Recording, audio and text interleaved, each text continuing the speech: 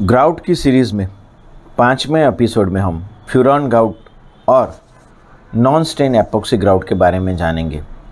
मैं आपका प्यारा दोस्त मौलिक चौकसी मेरी यूट्यूब चैनल सृजी कंस्ट्रक्शन को लाइक करें, शेयर करें और सब्सक्राइब करें। और सबसे ज़्यादा जो भी नए स्टूडेंट्स जो सिविल इंजीनियरिंग में पढ़ रहे हैं, वाटरप्रूफिंग और ग्राउट के बारे में जानना चाहते हैं, जो स्ट्रक्चरल इंजीनियर जो भी कंस्ट्रक्शन इंडस्ट्री के साथ जुड़े हुए हैं, PMCs, engineers, construction manufacturing, waterproofing manufacturing company, ये सब के लिए बहुत उपयोगी चीज़ है।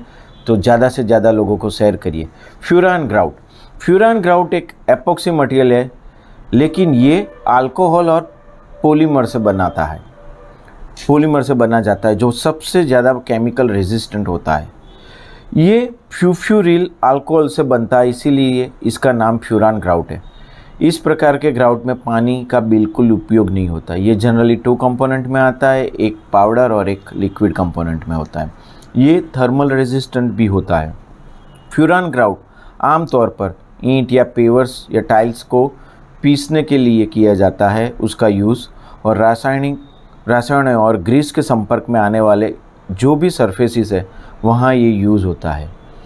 इसके उपयोग में स्लिपरी या एंटी स्किड जो भी जगह होती है फ्लोर के जगह पे, वहाँ हम इसका उपयोग कर सकते हैं।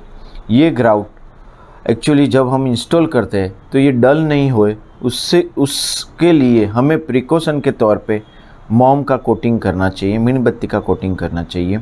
ये जनरली इंडस्ट्रियल यूज़ में यूज़ करते हैं, डेयरी या लेबोरेटरी होती है वहाँ हम इसको यूज़ करते हैं। ये 70-80 डिग्री के टेम्परेचर में काम करने के लिए बहुत बढ़िया सही जगह पे ये यूज़ होता है। इंस्टॉलेशन की कॉस्ट, एरिया, कौन से लोकेशन पे काम कर रहे हैं, कहाँ काम है, कितना क्वांटिटी का काम है, कौन बंदा काम कर रहा है, एक्सपर्ट के अनुभव के डिपेंडेंसी के हिसाब से ये लेबर कॉस्ट इंडिया में 10 रुपीज़ से 25 रुपीज़, 35 रुपीज़ तक पर स्क्वायर फुट के बीच में होती है। Non stain grout, non stain epoxy grout.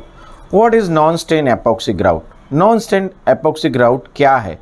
Non stain epoxy grout एक ऐसा मटेरियल है जिसका उपयोग बिना दाग के फ्लोर और दीवार या फ्लोर और फ्लोर के जॉइंट्स को या सांधे को भरने के लिए किया जाता है। ये जनरली 2 कंपोनेंट में आता है। कई बार कोई मैन्युफैक्चरिंग कंपनी इसको 3 कंपोनेंट में बनाती है, बेस, हार्डनर और फिलर। 2 कंपोनेंट होता है तो लिक्विड और पाउडर होता है। इसको टीडीएस या एक्सपर्ट ओपिनियन के अनुसार मिक्स करने के बाद जॉइंट्स में भरा जाना चाहिए। Where to use non stain grout, हम कहाँ यूज़ कर सकते हैं? एपॉक्सी ग्राउट, जो भी नॉन स्टेन एपॉक्सी ग्राउट है वो स्टेन यानी कि दाग रेजिस्टेंट और पानी या वाटर रेजिस्टेंस होता है। ये सीमेंट से ज़्यादा हार्ड होता है, माने पोरस नहीं होता है, माने इसकी सर्विस लाइफ ज़्यादा होती है। अगर इसको हम सही तरीके से और एक्सपर्ट के एडवाइस के अनुसार यूज़ और टीडीएस के हिसाब से यूज़ करें तो ये हमें बहुत बढ़िया सा रिज़ल्ट देता है। ये इंडोर और आउटडोर एरिया में हम यूज़ कर सकते हैं। हमें जहाँ मॉइस्चर ज़्यादा मिलता है, अधिक नमी होती है, वहाँ पर हम ये यूज़ कर सकते हैं। What are the benefits of stain resistant floors and walls? Stain resistance floor और वॉल के बेनिफिट्स क्या होते हैं?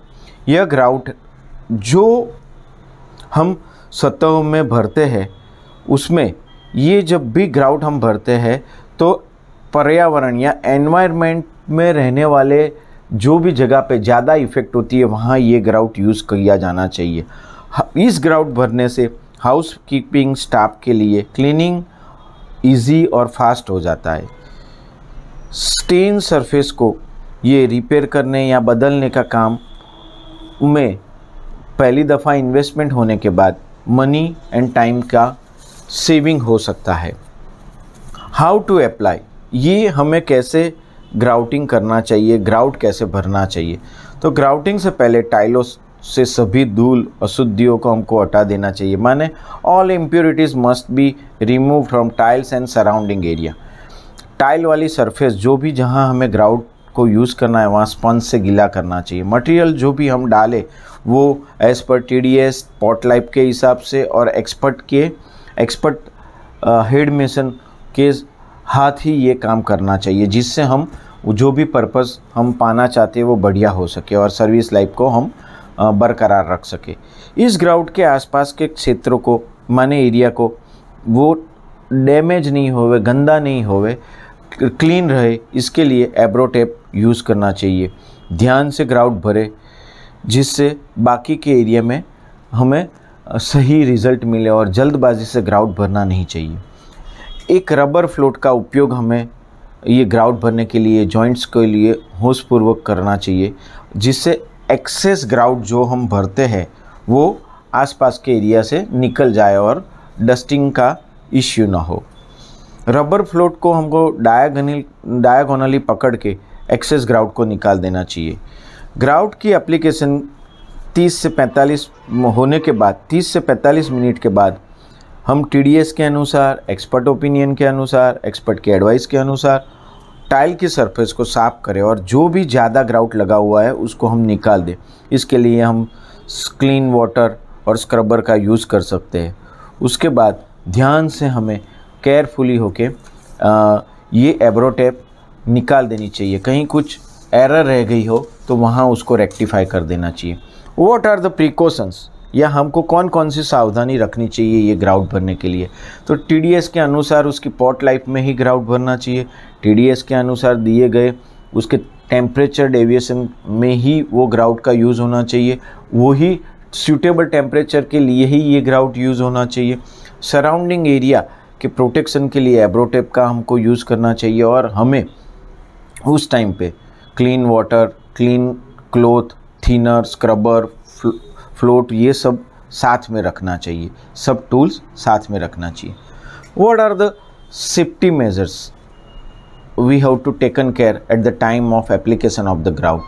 तो यह ग्राउट स्किन यानी कि त्वचा के लिए बहुत सेंसिटिव है, संवेदनशील है, तो हमें बहुत केयर रख के इसको यूज़ करना चाहिए।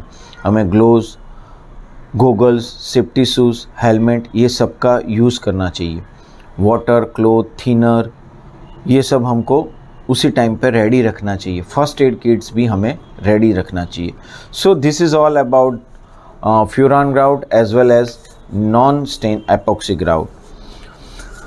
ग्राउट की ये 6ठे एपिसोड की सीरीज़ में हमने ये जो जाना फ्यूरॉन ग्राउट क्या है और नॉन स्टेन एपॉक्सी ग्राउट हमको कैसे यूज़ करना चाहिए। सो ये जब भी हम यूज़ करें तो ये छोटे प्रिकॉशंस हम बहुत ध्यान से करें तो हमारा काम हम जिनको जो ये जो पर्पज़ हमारा फ्रूटफुल करना चाहते हैं, जो क्लाइंट को हम उनका बेस देना चाहते हैं वो हम बढ़िया सा दे सके और हम मेरा जो हमेशा सब प्रयास रहा है वो लीक प्रूफ और हेल्दी इंडिया मिशन बना सके। So once again thank you. मेरी ये वीडियो को लाइक करें, शेयर करें और सब्सक्राइब करें और सबसे ज़्यादा लोगों तक ये इसको पहुँचाए। तब तक के लिए खुश रहे, मस्त रहे, स्वस्थ रहे, पर अस्त व्यस्त न रहे। जय हिंद।